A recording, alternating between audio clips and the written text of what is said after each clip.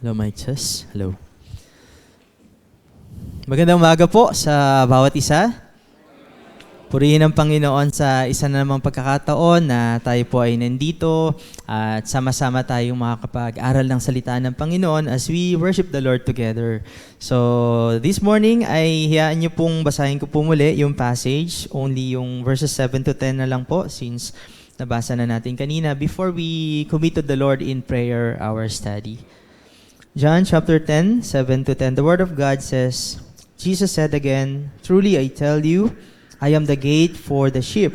All who came before me are thieves and robbers, but the sheep didn't listen to them. I am the gate. If anyone enters by me, he will be saved and will come in and go out and find pasture. A thief comes only to steal and kill and destroy. I have come so that they may have life and have it in abundance." Tayo po ay manalangin. Yes, Lord, sa umaga pong ito, we thank you for this another privilege na meron po kami to study your precious word together. We know, dear Father, that in our own, wala po kaming capacity na maunawaan ito unless the Holy Spirit works in our midst. And so we pray, dear Father, that the Holy Spirit will work in us and will give us the understanding that we need. At uwi po kami na dala-dala ang kasiyahan sa aming puso sapagkat naunawaan po namin ang iyong buhay na salita. Gamitin mo po ang iyong lingkod at patnubayan mo po ang iyong mga anak sa umagang ito. Sa pangalan ng aming Panginoong Hesus, ito po ang panalangin. Amen. Amen. So as the usual thing na ginagawa po natin and something na dapat ay maging practice po natin every time we study the Word of God, ay balikan po natin yung pinakang occasion. Papaano po ba umabot sa puntong ito ng talata na ating binasa ang atin pong pag-aaralan. So kung babalikan po natin ang chapter 9 ng Book of John, nandyan po natin mababasa yung account kung saan pinagaling ng ating Panginoong Hesus ang isang lalaki na ipinanganak pa lang po siya ay bulag na. At sinabi sa talata na ito daw ay ginawa ng Panginoong Hesus nung araw po ng Sabat, which is sa kanila pong batas ng mga panahon na yon ay something unlawful na gawin, na ikaw po ay magpagaling or gumawa ng anything sapagkat ito ay Sabbath day para sa kanila, ito ay araw ng pahinga at dapat yung mga tao ay wala pong ginagawa. Pero si Jesus, sabi nga po, no, nagagalit sa kanya yung mga Pariseo dahil pakiramdam nila, nilabag niya yung batas dahil nagpagaling siya ng isang taong bulag mula nung ipinanganak pa. So, sa madaling sabi po, in-interview nila itong lalaking ito, maging ang kanyang mga magulang. At tinanong nila, paano nangyari na ikaw ay sinasabi mong bulag mula pagkabata, ngayon ikaw ay nakakakita na. Pero yung kanila pong layunin ay hindi para talaga malaman yung katotohanan, kundi ginagawa po nila yon upang mapagdiinan nila at maakusahan nila ang atin pong Panginoong Hesus na dinidishonor niya ang kanilang batas, especially yung Sabbath day. Pero kung ating pong tatanungin, bakit kaya ginawa ni Jesus yon on purpose? Na mismong Sabbath day, doon siya nagpagaling ng isang lalaking ipinanganak na bulag. Makikita po natin that Jesus healed that man born blind because Jesus is the Lord of the Sabbath. Because Jesus is the true lawgiver at hindi po siya subject doon po sa sarili niyang law. And in fact, at that point in time, Jesus acted out of His compassion. At yun po yung nagfulfill ng isa sa mga purpose po ng Sabbath. And one of the purpose po ng Sabbath is to do good and to save life, rather than merely or strictly observing a day of rest at the expense of human well-being. Kumbaga, nasunod mo nga yung batas, pero yung pinakang mahalagang value, yung pagpapahalaga sa buhay ng tao ay hindi mo naman nagawa, baliwala rin yung pagsunod mo sa Sabat. So si Jesus, through His compassion, ipinakita niya kung ano yung mas mahalagang bagay na dapat na gawin. At hindi lamang po sila makulong sa sinasabi po ng sistema or sa sinasabi nung batas. So to make the story short, yung pong kanilang interview na ginawa sa lalaking ito ay nauwi sa tinatawag na excommunication in chapter 9 verse 34 kung babalik po tayo, no, which is sa panahon nila kapag ikaw po ay na-excommunicate, this is something na napakabigat na na nakaranasan. Kasi di ba po, tinatanong nila yung lalaki at sinabi ng lalaki na naniniwala siyang si Jesus ay propeta na galing sa Diyos. So at that specific point in time, ay hindi pa ganun din kalinaw sa lalaki kung sino po ba talaga ang atin pong Panginoong Jesus. Kasi later on, nakausap po uli siya ng ating Panginoong Jesus para ipakilala kung sino talaga ang ating pong Panginoong Jesus. So to be excommunicated is also something na kinakatakot ng mga magulang. Kaya nung tinanong yung magulang niya, sabi niya, matanda na siya na lang yung tanongin niyo kung ano ba talaga ang nangyari, bakit siya nakakita. Pero sinasabi namin, bata pa lang siya, or pinanganak pa lang siya, siya po ay wala na talagang paningin. So, iniiwasan ng mga magulang na ma-excommunicate po sila sa community ng mga Jew. Kapag ikaw po ay na-excommunicate, you will be forbidden to participate sa mga religious activities. For example, kunyari sa Alpha Baptist Church, hindi ka na pwede dito. Bawal ka nang sumama sa mga ministries. So parang ganun po yung feeling. At yun po yung ginawa dito sa lalaki na ito. There will be a social, by the way, meron ata akong PowerPoint. Paano na lang po, pahabol na lang later. Na-send ko dun sa ating group. So there will be a social ostracism na tinatawag. Ibig sabihin nga po, you are excommunicated, paalisin ka dun sa community ng mga Hudyo.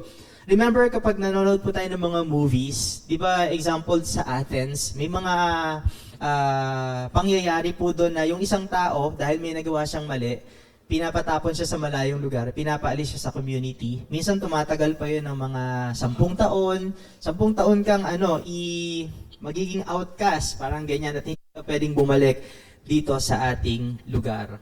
At bukod pa doon sa ganong pakiramdam, meron pa pong tinatawag na stigmatization. Ibig sabihin, mababrand ka talaga as an outsider.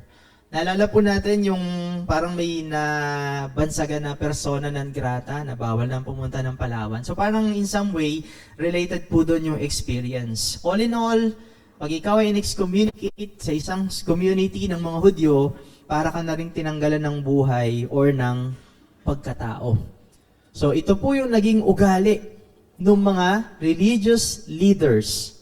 Mga leaders na nagkiklaim na sila lang yung nakakaalam ng tanging daan kung papaano ang isang tao ay maliligtas. Nagkiklaim na sila lang yung nakakaalam kung papaano matatagpuan ng isang tao ang security at yung safety ng kanilang buhay. So imagine, as religious leaders, para sa kanila, kami lang yung nakakaalam. Tapos ito yung ginawa nila dito sa man born blind. So ba't ko po kinukwento itong pinakang okasyon na ito? Kasi dito po papasok, mga kapatid, yung comparison na ginawa ng ating pong Panginoong Hesus. Bakit po lumabas dyan sa chapter 10 yung metaphor na ginamit ni Jesus? So, isa sa mga layunin po niyan, of course, every time na gumagamit ng metaphor si Jesus Christ, para ipakilala niya yung kanyang sarili, kung sino siya. So that's one purpose. And another purpose po ng paggamit ni Jesus ng mga metaphor ay para i-rebuke yung mga, especially mga religious leaders nga po, na nagtuturo ng mali, na nanliligaw sa mga tao. So ilan yun sa mga purpose ng paggamit po ni Jesus. So number 1, tingnan po natin yung comparison na ginawa dito ng Panginoong Hesus. What kind of leaders are the Pharisees base po sa metaphor na ginamit ni Jesus? Number 1, makikita po natin that they are incapable to care. So talagang wala po sa kanila yung concern na parang gusto lang nilang magmukhang concern, pero hindi po talaga sila nagki-care sa tupa or sa bayan ng ating Panginoon. So di ba po, kaya nga sila kinumpara sa mga magnanakaw. So yung mga magnanakaw sa kanila pong panahon ay syempre aakyat yan sa bakod for the purpose na gumawa ng masama para doon sa mga tupa, nakawin or sila ay patayin. So yung mga Pariseo, tinawag po silang mga magnanakaw, Tinawag silang mga thief, mga robber, because they rob the people of God of true protection, salvation, and security. So, nakuha po natin yung punto na dapat ikaw as a leader, ikaw yung magpo-provide nun eh. Kasi yun din yung claim nila na nasa sa amin ang daan ng kaligtasan. Sa amin ito matatagpuan. Pero baliktad yung nangyayari dito. Instead of providing care, protection, and safety sa mga tao, sila pa yung nagiging sanhi para mawala sa tao yung kanilang kinakailangan. So they burdened the people by demanding laws. Andyan yung mga kagaya nga po ng Sabat, no? Ini-insist nila na, hindi Jesus, ito yung Sabat dapat sundin natin ito. Strictly. So, andun din yung mga unrighteous punishment at saka yung banishment na ginawa nga po dito sa lalaking ito. So, the problem with earning your salvation by the law is, tatanungin natin, gaano karami yung dapat kong i-perform para masigurado ko na ako ay ligtas? Di po ba? So, isa yan sa mga magiging problema. At sabi ng aklat ng James, chapter 2, verse 10, kapag sumuway tayo sa isang law, para na rin daw po nating sinaway ang lahat ng sinasabi ng batas. Which makes it very hard talaga and impossible na maligtas tayo sa pamamagitan po ng pag-fulfill ng sinasabi ng batas. So, sa madaling sabi, they only act as guidance and counselors, but they do not really guide the nation of Israel.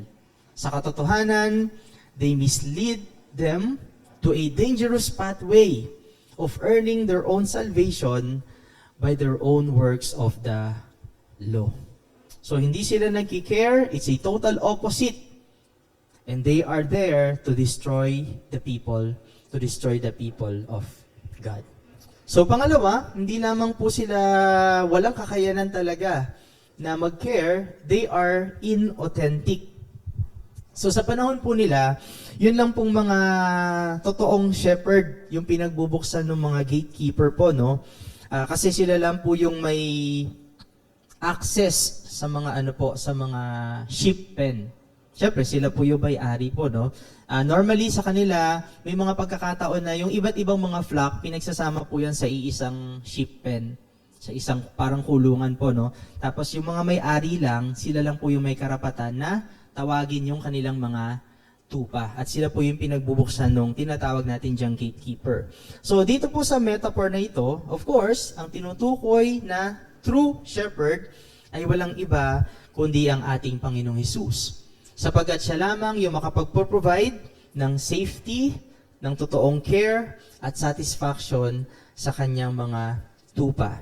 Pero sinasabi po dito na yung mga robbers daw po, hindi sila pumapasok doon sa door, doon sa gate.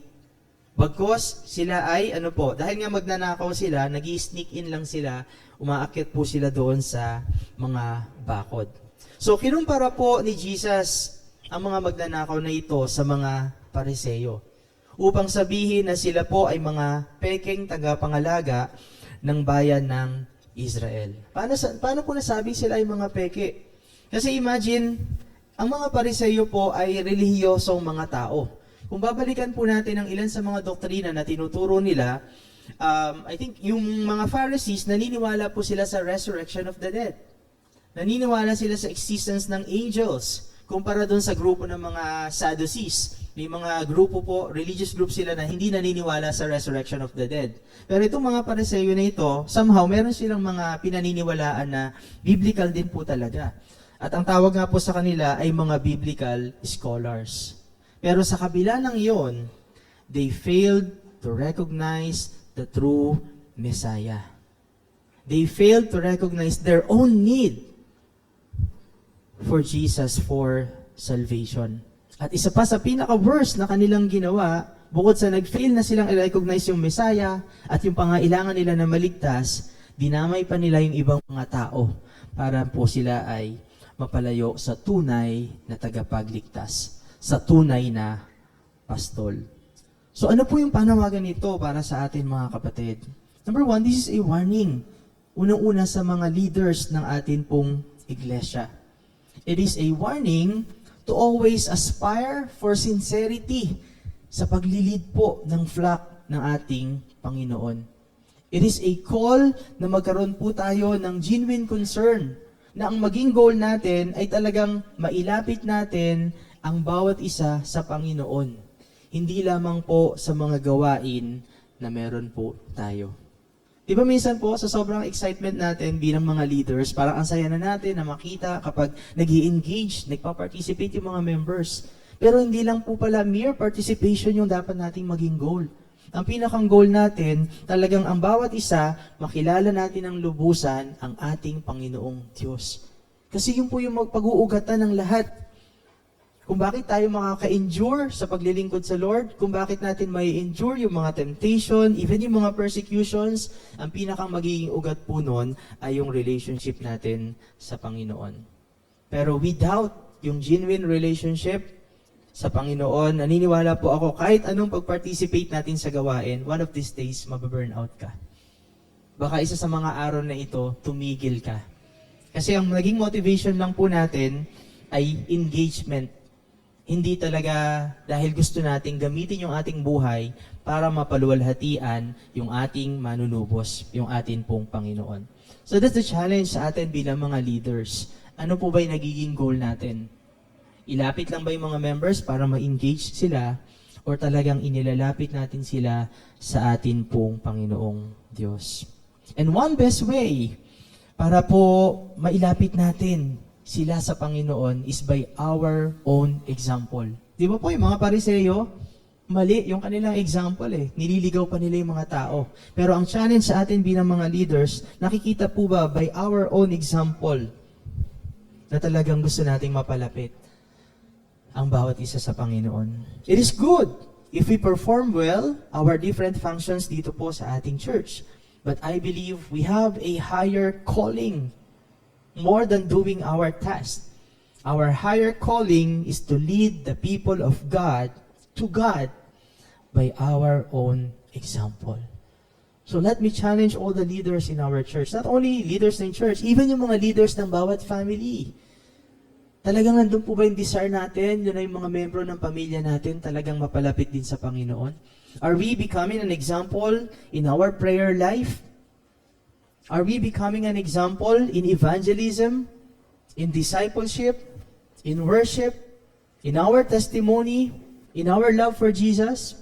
Sa maraming mga bagay, tayo po ba ay nagiging example? So pangalawa, this is also a warning sa atin bilang mga church. Ibig sabihin po, we have to be aware that thieves and robbers do exist. Sumasang-ayon si Rayleigh. No? It can exist in almost any church. Hindi po tayo exempted. And so we must pray that the Lord will give us wisdom and discernment na ma-recognize po natin kapag magkaroon po ng impostor. Magkaroon ng impostor or genuine leaders sa atin pong church. We have to be discerning. Kasi wala pong exemption. There's no exempted church na makaranas po nito. Or better, we must pray that the Lord will give us genuine leaders who are truly devoted to Christ at hindi po tayo madadaya ni numan. And beloved, hindi rin yan mangyayari kung hindi po natin marirecognize yung ating mga sarili bilang sheep ng ating Panginoon. So kung hindi tayo mga genuine sheep, hindi rin po natin makikita kung mayroong mga thieves and robbers po sa loob ng ating church. So nakita po natin yung bigat, hindi lamang bigat in terms of sa leadership, but also yung bigat sa atin as a church na talagang totoo ba tayong tupa ng Panginoon? Kasi later on, ma-explore po natin yung illustration na ginamit po dito ni Jesus. So tingnan po natin yung pangalawa, yung connection. So that's number 1. Kinumpara ni Jesus yung mga Pharisees sa thieves and robbers. And then yung connection, yung relationship ng shepherd and sheep. So unahin natin tingnan yung characteristic po ng mga shepherd sa kanilang panahon. Number 1 is intimacy. So yung mga shepherd po sa kanilang panahon ay very intimate sa kanilang mga alagang sheep. Ayun, no? So parang tayo lang po, no? Sino dito may mga alagang hayop? Diba, binibigyan din natin sila ng pangalan, niyayakap-yakap, yung iba naka-stroller pa sa mall. Minsan kala ko baby yung nakalagay, no? Pagtingin ko, ay aso pala, naka-diaper pa. So, ganyan po tayo ka-close sa ating mga alagang hayop. So, parang in picture, pinapakita po dito yung klase ng relationship na meron ang ating Panginoon sa bawat isa sa atin bilang ating shepherd. Alam niyo po mga kapatid, very particular si Lord sa bawat isa po sa atin. He knows our name. He knows our identities. Pag sinabi pong alam ng Diyos yung ating pangalan po ang nagre-represent ng ating identity. So imagine, ibig sabihin, kilala tayo ng Panginoong Diyos, yung kabuuan na meron tayo. Wala tayong dapat na itago sa Kanya. Wala tayong maaaring itago sa Kanya. Lahat ng ating mga concerns, lahat ng ating character, even yung ating mga anxieties, yung mga weaknesses natin, yung pagiging matigas na ulo natin, para tayong mga matigas na ulong tupa, literally everything about us, alam po yan ng ating Panginoong Diyos. And I think, one thing na gustong i-emphasize ng illustration ni Jesus is hindi lamang niya kilala yung lahat ng mga bagay na meron sa atin, kundi alam ni Jesus yung totoo nating spiritual condition and our need for Him as our Savior. So Jesus knows exactly what we need. And Jesus has all the power and ability to provide for that need. Minsan po kasi, pag tinignan natin tong analogy na ito, lagi natin siyang ikino-connect agad sa mga material needs. Na Jesus is our shepherd, hindi tayo pababayaan, iingatan tayo. But I believe the main emphasis here is our spiritual needs. Higit sa ano pa mang bagay, alam ng Diyos kung ano po yung ating spiritual na kalalagayan. Sometimes, nadadaya nga po tayo ng ating mga sarili. Minsan, inaakala natin, tupa na tayo ng Panginoong Diyos kasi nasa church tayo palagi. Yun po kaya yun? Minsan naakala natin na tupa na tayo ng Panginoong Diyos kasi marami tayong mga ministries. Pero si Lord, alam niya yung tunay nating spiritual condition. And we cannot deceive the Lord kasi very intimate yung kanya pong pagkakakilala sa bawat isa sa atin. Yung illustration po na ginamit dito ni Jesus, this is something very familiar doon sa mga nakikinig po sa kanya. Aware sila kasi araw-araw nawi-witness to ng mga Israelites, yung mga shepherd na nag-aalaga ng kanilang mga tupa. But the problem here is hindi nila mag-grasp yung spiritual truth, yung spiritual meaning na gustong ituro ni Jesus. Yung po yung sabi sa chapter 10, verse 6. Sabi po dyan, Jesus gave them this figure of speech, but they did not understand what He was telling them. So sabi siya, inisip nila, very clear yung picture. Pero ano bang ibig sabihin ni Jesus? Bakit niya sinasabi ang mga bagay na ito? Kaya furthermore, pagdating po dun sa verses 7 to 18, ay pinaliwanag pa ng gusto ng Panginoon yung ibig niyang sabihin. Although today po hanggang verse 10 lang tayo, kasi na po yun, sa susunod na po nating pag-aaral itong chapter 10, 11 to 18, which is yung another I am na ginamit ni Jesus. Pang-apat po sa ating series, I am the Good Shepherd.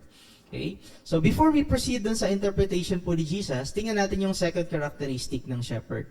So number 1, nakita natin kung gaano ka-intimate yung relationship ni Jesus sa atin, yung kanyang pagkakakilala sa atin. He knows our spiritual needs and all our needs. Pangalawa, naandun po yung guidance.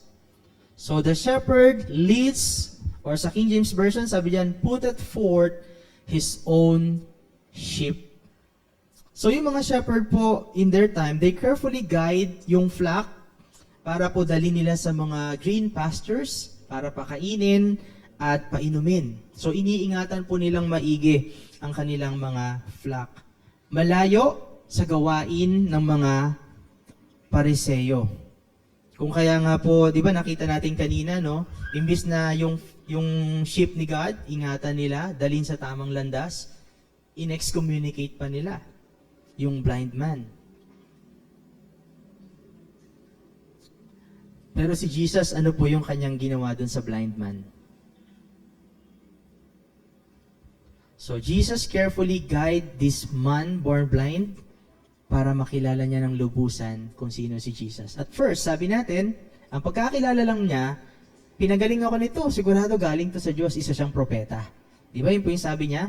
Pero nung binalikan siya ni Jesus Christ, in chapter 9, 35 to 38, sabi po dito, Jesus heard that they had cast him out, and when he had found him, he said unto him, Dost thou believe on the Son of God? Sabi ni Jesus, no, naniniwala ka ba sa anak ng Diyos? So take note po natin yung phrase na yun at saka yung question. Pagdating ng verse 36, he answered and said, Who is he, Lord, that I might believe on him? Verse 37, and Jesus said unto him, Thou hast both seen him, and it is he that talketh with thee. And he said, Lord, I believe. And he worshiped him. So sinamba niya si Jesus Christ. So we see, sa pamamagitan po ng kanilang conversation ni Jesus, the man born blind believed in the Lord Jesus Christ as, sino po? As the Son of God. So nakamit niya yung tunay na kaligtasan, hindi sa pamamagitan ng pagsunod sa batas, gaya ng sinasabi ng mga Pariseo na kanilang pinagdidiinan. Nakamit niya noong mga panahon na yon, noong mga oras na yon, ang kaligtasan sa pamamagitan lamang ng paglalagay ng kanyang buong pananampalataya kung sino si Jesucristo. At nanampalataya siya that Jesus is the Son of God. The question is, why it is important for us to believe Jesus as the Son of God? Bakit po kailangan lahat po tayo? Talagang it is our profession of faith that Jesus is the Son of God. Kasi po pansinin natin, in John's Gospel, the title Son of God signifies Jesus' inherent divinity. So yun po pala yun. Pag sinabi natin si Jesus ay Son of God, sinasabi natin Diyos si Jesus. He is unique. He is equal with the Father. And He is the long-awaited Messiah who will be the source of eternal life. So di po ba, nakakapsulate dun sa title ni Jesus yung kanyang kayang gawin sa iyo at sa akin na dapat po nating pinapanampalatayanan. So kapatid, ngayong umaga na ito, nananampalataya ka bang talaga na si Kristo ang anak ng Diyos? And when we say we believe Jesus as the Son of God, do we have this same profession of faith that Jesus is divine? And do we understand His role in providing salvation for us?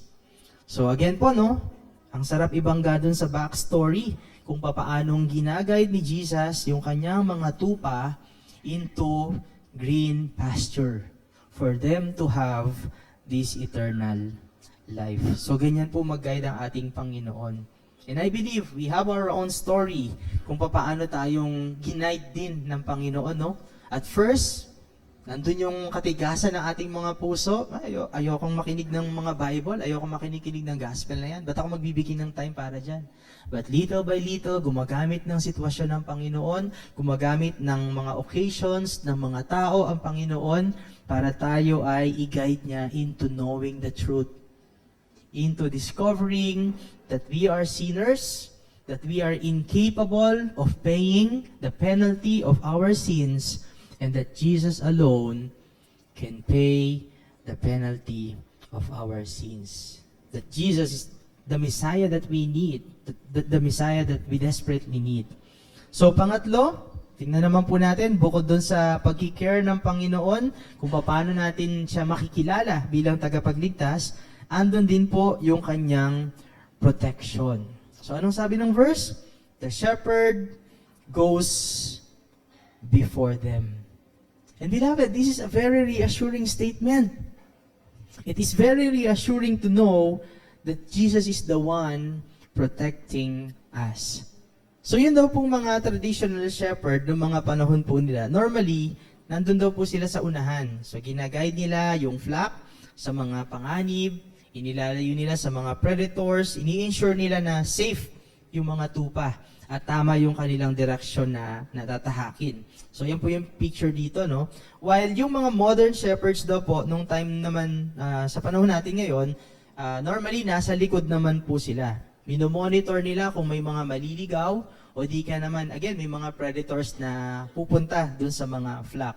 So either way, nasaan mang posisyon yung shepherd na nag-guide, parehas po yung picture ng careful protection ng isang shepherd sa kanyang mga flock.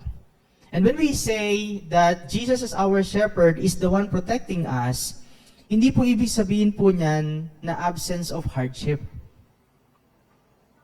Na magiging smooth na lahat sa atin pong buhay.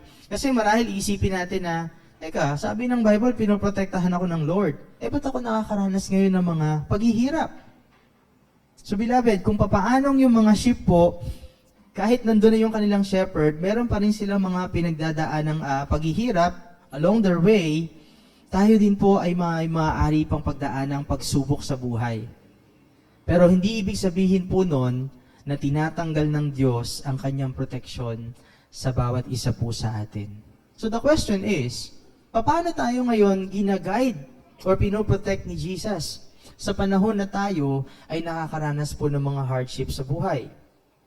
Jesus protects us by providing inner strength. Naranasan na po ba natin to? Yung bigat-bigat ng problema natin, pero meron tayong kapayapaan sa puso. That is one form of protection ng Panginoon para hindi tayo madala ng atin pong pinagdadaanan na problema. Binibigyan niya tayo ng guidance, inililid niya tayo para matagpuan natin yung refuge na sa Kanya lamang po matatagpuan. Kapag tayo nakakaranas ng mga trials and temptations, He ensures His presence through all those circumstances. Pinapadama ng Panginoon na hindi niya tayo iniiwan. At kaya niya tayong tulungan na mapagtagumpayan ang lahat po ng ating pinagdadaanan. So lahat po yun ay form of protection ng Panginoong Jesus sa atin as our shepherd. Naalala ko po nung napunta ako sa wilderness, ako tong sheep na to. So huwag po kayo mag-alala, no? Kaya ko po ito napipreach din kasi naranasan ko to personally. Kaya po siguro kayo natatawa, naranasan niyo rin po ito, no? So napalayo po ako kay Lord. Pero alam niyo po, kahit ng mga panahon na yun na aware akong napalayo ako sa Panginoon, I really feel God's protection. Marami sa inyo aware na napunta po ako sa Sumulong College, no? Yun po yun, yung mga panahon na yun, napunta ako sa wilderness. Noong mga panahon, talagang gusto kong kumawala. Parang gusto ko pang magpakalayo-layo. Gusto kong umalis ng Antipolo or saan man ako lugar na mapunta. Pero kahit anong gawin ko, hindi ako makalabas-labas ng ESCAS. 3 beses po akong nag-resign doon, ayaw akong payagan. Tapos sabi ng Lord, sige, hayaan kita na gusto mong lumabas ng church, pero hanggang dito ka lang. So kahit nandun ako sa mga panahon na naging black sheep ako or ako po ay nalayo napunta sa wilderness, nandun pa rin yung protection ng Panginoon sa akin. At andun yung pagtuturo ng Panginoon sa akin. Ang dami kong natutunan noong mga panahon na yun, mga kapatid. Yung pagkakamali ko, yung naging kasalanan ko, until such time na nung naipon na sila lahat, at sabi ko, Lord, babalik na po ako sa'yo. Doon lang ako nakaalis din sa Doon lang po ako nakaalis sa ESCAS ng mga panahon na yun. Pero nung matigas pa yung puso ko, kahit anong gawin ko, hanggang dito lang. Diyan ka lang sa ESCAS, sabi ni Lord. Gusto ko mag-apply ng mga call center, punta ako sa ibang lugar, di ako natatanggap. Kasi nga may purpose pala si Lord. Sige lang, tuturuan kita dyan, pero ibabalik kita. So that's one form of God's protection na naranasan ko sa akin pong buhay. I don't know kung ano po nangyari sa atin ngayon spiritually. But rest assured na kung ikaw ay totoong anak ng Panginoong Diyos, alam ko mararamdaman mo din yung guiding presence ng Panginoon. He will allow you, kung matigas talaga ang ulo mo, na pumunta somewhere, pero hindi hahayaan ng Panginoong Diyos na totally mawala ka sa kanyang piling. At gagawa ang Panginoon ng paraan para ibalik ka po niya sa kanya. Sana huwag na nating hintayin. Kasi minsan, if you don't learn the easy way, dadating yung time, tuturuan tayo ng Lord the hard way. So ano po yung gusto natin? Yung bang talagang matapik tayo ng Lord na, tigas talaga ng ulo mo balik ka na. Or habang malumanay pa niya tayong ginagabayan, bumalik na tayo sa Panginoon. Kasi wala nang sasaya pa sa buhay na alam natin na ginagawa natin yung kanyang kalooban. Kasi yun yung disenyo ng Panginoon po sa ating mga buhay. So marami po, pag tiningnan lang natin yung tinatakbo ng ating buhay, mararamdaman mo nandun yung protection ng Panginoon sa atin. So, tingnan naman natin yung characteristics ng mga sheep. So, kanina yung shepherd po yung focus natin. Sabi dyan sa chapter 10, verse 3, ano daw po nung ginagawa ng mga sheep ni Lord? They listen. They hear His voice. So, the sheep not only identify their rightful shepherds kapag pumapasok na po sila dun sa pintuan ng sheep pen, but also, they recognize the voice of their shepherd. So yan po pala yung characteristics ng mga tupa po, no? Alam nila yung boses ng nagmamay-ari po sa kanila. Yung mga Middle Eastern shepherd po, sila ay kilala sa pagkakaroon ng personal devotion sa kanilang mga sheep. Yung iba kinakausap pa nila, parang tayo lang, no? Sino dito yung kumakausap ng pusa? Kumakausap ng mga aso. Ayan. So, parang ganun din daw po sila mag-alaga sa kanilang mga sheep. Kinakausap nila. At yung ibang mga shepherd po ay may mga maliliit silang mga flute. Tapos, nagagawa sila ng specific na tune. Para yun yung maaalala po. Pag narinig ng tupa, automatic maalala nila, ay, nandun yung may-ari sa akin. Tapos, pupuntahan po nila yon. So, yan yung kanilang mga cue. So dito, sinasabi po ni Jesus, yun daw pong totoong sheep ng Panginoon, they love to listen to the voice of their master. So gustong-gusto nilang mapakinggan. Kasi ibig sabihin nun for them, it means protection. It means provision.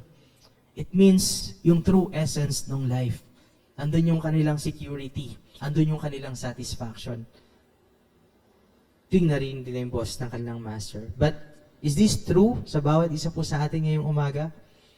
Do we sincerely love to hear the voice of our Master? At paano po natin ito ginagawa, mga kapatid? So, ginagawa po natin to every time we study the Word of God. Kasi dito natin naririnig ang tinig ng Panginoong Diyos na nangungusap sa bawat isa po sa atin. As God's flock, we love to hear God's Word. We enjoy hearing it, even in the form of rebuke. Sino po sa atin dito, yung nagbabasa ka, tapos biglang nabasa mo sa Bible, tinutukoy yung kasalanan ginagawa mo. Pero na-enjoy mo pa rin. Nagpasalamat ka sa Panginoon, Lord, salamat, kasi nirebuke mo ako sa iyong salita. Dahil ayaw mong manatili ako sa kasalanan na yun na aking ginagawa. So yun, ganun yung totoong tupa ng Panginoon. Hindi yung pag dinidiscuss na sa pulpit, tapos napaturo pa yung pastor, tapos sa'yo tumutok. Ay, parang ako yung pinapatamaan. Ayoko nang makinig sa pastor na yan. So hindi po pala ganun yung response ng true sheep. We love the voice, we love to hear the voice of the Lord speaking to us, even in the form of rebuke, kahit na nasasaktan tayo. Kapag kino-correct tayo, we simply love the Word of God in all of its presentation. So this is one clear mark ng isang tunay na mananampalataya. Di ba sabi po ng 1 Peter chapter 2 verse 2? Magkaroon tayo ng appetite, magkaroon tayo ng craving sa salita ng Panginoong Diyos. Paano po? Ikinumpara sa isang newborn babies. So yung mga newborn babies, hanggat hindi sila nasasatisfy, hindi po sila tatahimik sa pag-iyak. So ganun din daw po pala tayo, yung klase ng craving na dapat magkaroon tayo sa salita ng Panginoon. Dapat ganun daw po pala katindi. Nandun yung ating appetite sa salita ng Panginoon. Pero masasabi po ba natin na nandun yung ating appetite kung ni minsan isang linggo wala tayong time magbasa ng salita ng Panginoon? Kumusta po yung ating mga Bible reading, mga kapatid? Beloved, please do not be fooled. Beloved, please do not be deceived. Nasasabihin nating sheep tayo ng Panginoon, but we don't love the voice of the Lord. We don't open our Bible. Na parang okay na tayo, may on po siya naman eh. Na madalas nga po, hindi naman din natin consistently napapakinggan. If we will be honest with ourselves. So beloved, totoo po ba tayong sheep ng Panginoon? Do we really love, thank you, the voice of the Lord? Makikita po yun sa pang-araw-araw nating buhay. The shepherd-sheep relationship is a day-to-day experience. And so should also be our love to listen to God's voice in His Word. Kaya nga po ito yung ginamit na illustration ni Jesus. Kasi inilalarawan po ito exactly yung kanyang point kung papaano tayo dapat bilang mga tupa ng Diyos ay nakikinig sa Kanya on a day-to-day basis. So kung right now ay na-strike yung ating mga puso na merong failure on our part, hindi pa po huli ang lahat. Sana hindi lang tayo malungkot. Simulan natin yung pagbabago. Sabihin natin, Lord, tomorrow or later, sisimulan ko uli yung Bible reading na 1 year ko nang natigil. Last year pa yung huling Bible reading natin, no? So Lord, ang application ko sa message, sisimulan ko na ngayon. Yung mga nahihirapan po na mag-start dahil ang kapal naman ng Bible, meron na po tayong mga guide online na pwede nating magamit para at least like 3 to 4 chapters a day, talagang maano natin. Mabasa natin yung salita ng Panginoon, no? So sana po ay isa yan sa maging application natin. We really love to listen sa salita ng Panginoon, sa tinig ng ating Diyos. Pangalawa, yun daw pong mga sheep, they follow. So sumusunod po sila. Hindi lamang po sila expert sa pag-recognize ng tinig ng nagmamay-ari sa kanila or yung specific sound na kinikreate ng kanilang owner, kundi the moment na narinig po nila yung tinig na yon, automatic na po sa kanila yung pagsunod. Ibig sabihin, tinatawag sila at kinakailangan nilang tumugon sa panawagan. Meron pong story noong World War I, meron daw pong mga Turkish soldiers na nagnakaw ng flock of sheep sa sa hillside near Jerusalem. So yung shepherd, habang siya po ay natutulog, nung nagising siya, nakita niya na kinuha yung kanyang mga sheep. Syempre, hindi naman niya pwedeng makipaglaban doon sa mga soldiers para akin na yung mga sheep ko, bawiin po niya, no? So, ang ginawa niya, pinatunog lang niya yung kanyang specific na sound na ginagamit para tawagin yung mga sheep. At ano pong ginawa ng mga sheep? Nakinig po sila, tapos automatic yung kanilang pagbalik sa kanya. Even yung mga soldiers, wala silang nagawa para pigilan yung mga sheep na magpulasan pabalik dun sa nagmamay-ari sa kanila.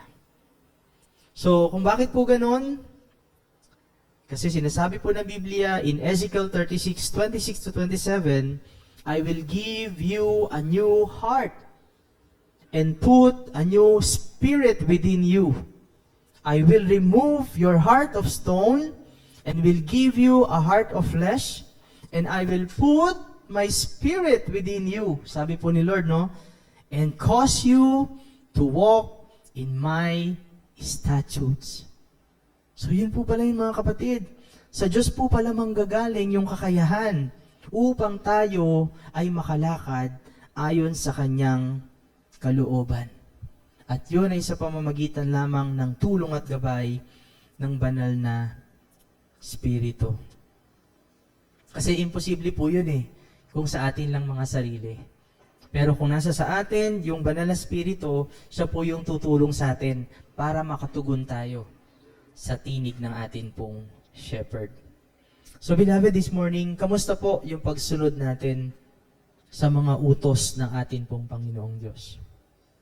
Talaga po bang nagsisikap tayo na sumunod or pinipili lang natin kung ano lang yung convenient, kung ano lang yung masarap sa pandinig? Sana po hindi, no? Lahat ng command ng ating Panginoon, we will be faithful to follow.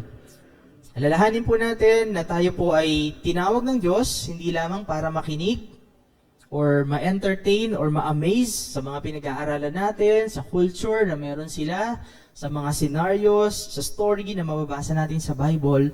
Hindi po tayo tinawag para lang mapuno yung ating mga intellect.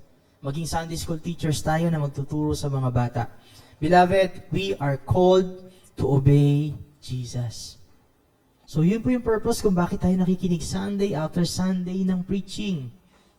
Hindi po tayo nakikinig for listening sake. At magagawa po nating sumunod sa pamagitan lamang ng tulong at gabay ng Banal na Espiritu. Kaya nga po, every time na may magpipreach sa pulpit, sana po isa sa mga maging habit natin, mag-take home tayo ng mga specific things na narinig natin. Ay, gusto pala ng Panginoon, magbasa ako ng salita niya. Ay, gusto pala ng Panginoon, sundin ko yung kanyang mga utos. So, pwede tayong maglista ng mga ganun. Pag uwi natin sa bahay, okay, sisimulan ko to ngayon. Ano ba yung pwede kong masunod? Kasi yun yung panawagan ng Lord sa atin. Hindi lang makinig, tinawag tayo para sumunod. And pangatlo po, na characteristic ng sheep na sinabi po dito, hindi lamang magpa-follow. Ginamit ko po yung word na unfollow. So meron daw po tayong mga i-unfollow din. Sabi diyan, the sheep know his voice and flee. Saan daw po? From the voice of stranger. Meron po akong karanasan recently na nakikinig ako sa isang famous Christian apologist. I don't know kung napanood nyo rin po sa Facebook. Ang pangalan po niya ay si Pastor Cliff Nechtel. Ang hirap i-pronounce ng apelido niya. So Pastor Cliff yung tawag sa kanya. He is good in winning people to Christ via intellectual approach or conversational approach. So pupunta siya sa isang mga lugar, tapos mag-aano lang sila, batuhan lang sila ng tanong, tapos magdi-discuss siya about Christianity. So at first, tuwa ako sa mga videos niya. Kinikinig ako, no? Ang dami kong magaganda naman po yung kanya ding mga naibabahagi. Yun nga lang, merong isang particular video na napanood ako, at doon ko lang na-discover na meron pala siyang, adherent pala siya ng speaking of tongues. So naniniwala siya sa speaking of tongues. So mula nang napanood ko yung video na yun na po yung time na nag-stop na ako na makinig sa kanya. Dahil meron po pala siyang mali na tinuturo. So the point is, beloved, ang tupa ng Panginoong Diyos, binibigyan po niya tayo ng kakayanan para ma-recognize natin yung kanyang tinig. At the same time, ma-discern natin kung ibang tinig na pala yung sinasabi sa atin. Kung ibang katuruan na pala yung itinuturo sa atin. Sabi nga po, hindi lang yung boses nung shepherd yung kilala nila. Kahit daw po pala yung footstep, alam nila kung may-ari na sa kanila yung palapit. Even yung amoy, nung specific scent daw ng kanilang shepherd ay kilala ng mga sheep. So, ganun po sila ni-create ng Panginoon, no? At tayo din, bilang mga sheep ng Panginoon, meron tayong specific characteristic at binigyan tayo ng kakayanan ng Panginoon na ma-discern kung ano po yung tama. At ito po ay nade-develop over time. Hindi yan basta lamang po na nagkakaroon tayo, no? Kaya mahalaga yung engagement natin sa church. Kasi po, part din pala yun ng ating development. To hear more the voice of our shepherd, to follow him, and to unfollow the voice of strangers. Kaya nga di ba po yung constant warning natin dito sa church, dahil tayo yung generation na exposed sa mga online churches or online mga platforms na nagtuturo about so-called Christianity. So we have to be discerning. Mag-ingat po tayo. Na-appreciate ko yung mga ilan sa atin na from time to time magtatanong, Pastor, ito po bang website na to ay okay? So, syempre, search naman ako, titingnan ko yung mga doctrinal statement of faith. So pagka okay, sige, nood ka dyan, tuloy ka lang. Pero pag hindi, magre-recommend ako ng mga mas magandang mga website. Uy! So yan po yun, no? Mahalaga na mag-engage tayo kasi magtutulungan tayo na na ma-develop po ito. So pangatlo, nakita na natin yung comparison, kinumpare ni Jesus yung mga Pharisees sa mga robbers and thief. Tapos, nakita natin yung connection or relationship ng shepherd at saka ng mga sheep.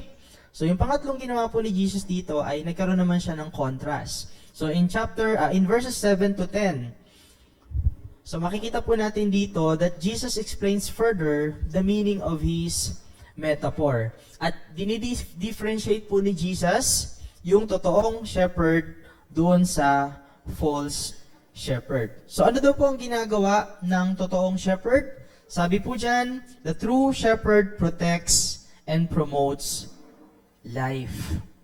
So ito po pala yung ibig sabihin ng sinabi ni Jesus Christ na I am the door. Diba? Ito yung claim ni Jesus dito eh. Ang tinutukoy po niya dito, noong mga panahon po kasi nila, meron po silang sheep pen. At yung sheep pen na pong yun, para siyang isang bakuran na gawa sa bato. Tapos siguro mataas lang sa waist. Tapos nilalagyan pa nila yan ng mga ng kung ano-anong pwedeng tinik sa ibabaw para hindi mapasok ng iba't ibang mga hayop. Tapos yung pinakang paikot na yon or kung hindi naman pa rectangle, meron lang siyang maliit na pintuan. So wala po yung gate, lalo na yung mga nasa field.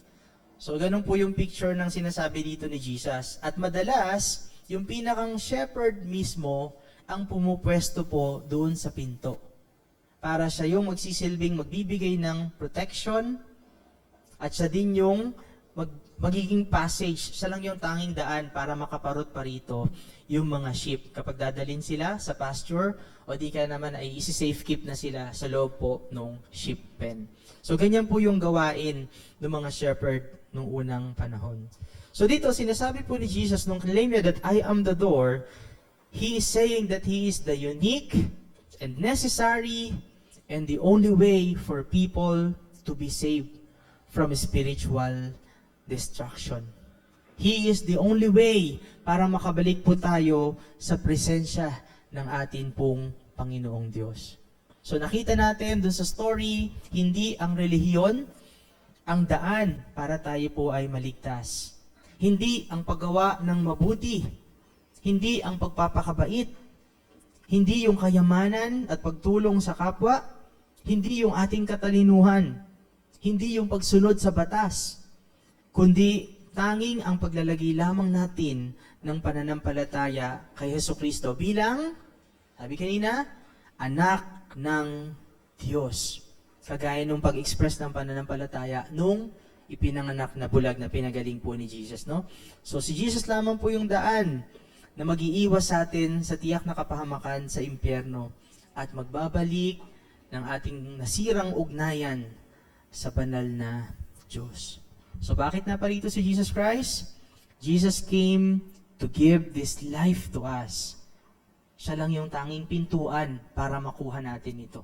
Hindi sa pamamagitan ng ating sariling mga gawa. So gusto niya tayong bigyan ng buhay and He wants us to have it abundantly. So apart from Him, hindi po natin may enjoy ang life na ito. So kung ganito kaganda po yung gusto mangyari ni Jesus sa mga sheep, na siya yung tanging daan, tanging pintuan. Ano naman po yung gusto mangyari daw ng mga false shepherds? Sabi po dyan sa verse 8, all who came before me are thieves and robbers, but the sheep did not listen to them. Verse 10a, the thief, paano daw po? Comes only to steal and kill and destroy. Technically, sino po ba yung tinutukoy ni Jesus dito sa verse na ito? Of course, babalik pa rin po tayo dun sa mga nire-rebuke niya sa chapter 9, yung mga Pariseyo. But in essence, itong mga Pariseyo na ito, sila ay nagiging instrumental lamang po sa plano ni Satanas na sirain ang mga anak ng Diyos. So sino daw po yung father of lies? Walang iba kundi si Satan, sabi sa John 8:44. So yung mga Pariseyo, instrumento lang sila to kill, to steal, and destroy God's people. So in other words, Satan will really do everything. Either pigilan tayo na makilala natin si Jesus, o di kaya naman, kung alam ni Satan na kilala na talaga natin si Jesus, tayo ay totoong anak ng Diyos, pipigilan tayo niya na lumago sa ating pananampalataya. Meron po ba sa atin dito na for a very long time, alam mo sa sarili mo na tinanggap mo na talaga si Jesus Christ as your personal Lord and Savior? Pero in 5 years time, 10 years time, walang paglago. So ibig sabihin po na mamayagpag ang pagkilos ni Satan sa iyong buhay. At ayaw ng Panginoon, kapatid, na manatili ka sa kalalagayan mo na yan. So gusto ng Diyos na ikaw ay magamit niya kung ikaw ay Kanya na. So ipag-pray natin na maging sensitive tayo, no, sa destructive work ni Satan sa ating mga personal na buhay. And even sa loob po ng church, talagang Satan will do everything. Asahan niyo po, kapag ang isang gawain ng Diyos ay lumalago, meron at merong gagawin si Satan para yan po ay pigilan.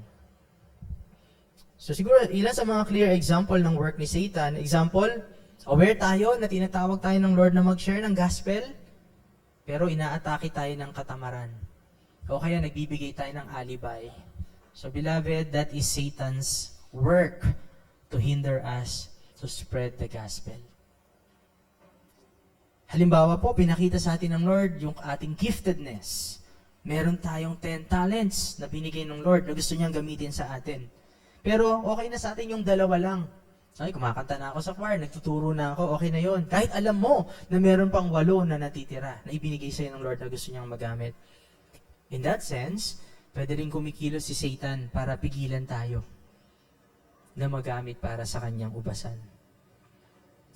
So ano pa po? Maraming mga bagay na maraming mga entry point na pwedeng magamit si Satan to steal and kill and destroy.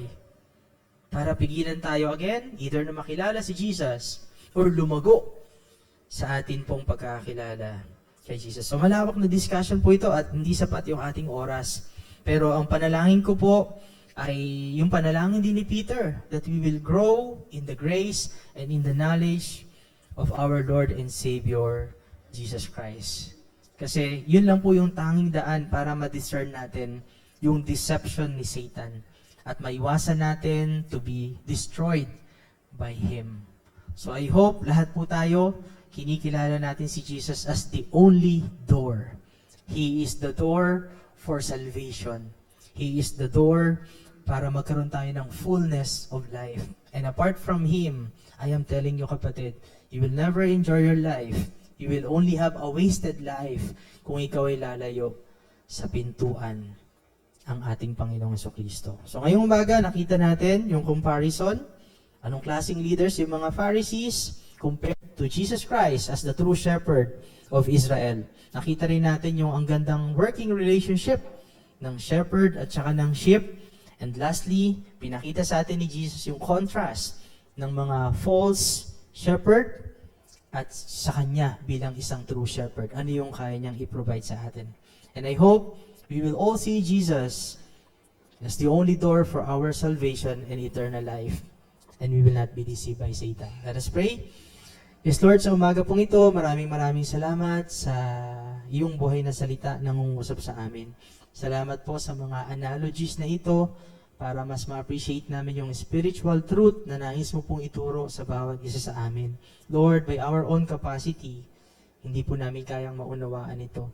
Ngunit salamat sapagkat sa tulong at gabay ng Banal na Espiritu ay nagkakaroon po kami ng understanding at nagiging malinaw sa amin ang iyong point sa paggamit po ng mga illustration na ito. And our prayer this morning, makita namin ang aming Panginoong Yesus as the only door who can provide salvation, who can provide satisfaction, who can provide security, and who can provide protection, especially, Lord, sa aming pong spiritual na buhay, hindi lamang po sa aming mga pisikal na pangailangan. Maraming salamat po, Panginoon, sa inang binabalikan lahat ng luwalhati at pasasalamat sa pangalan ng aming Panginoong Yesus. Amen. Amen.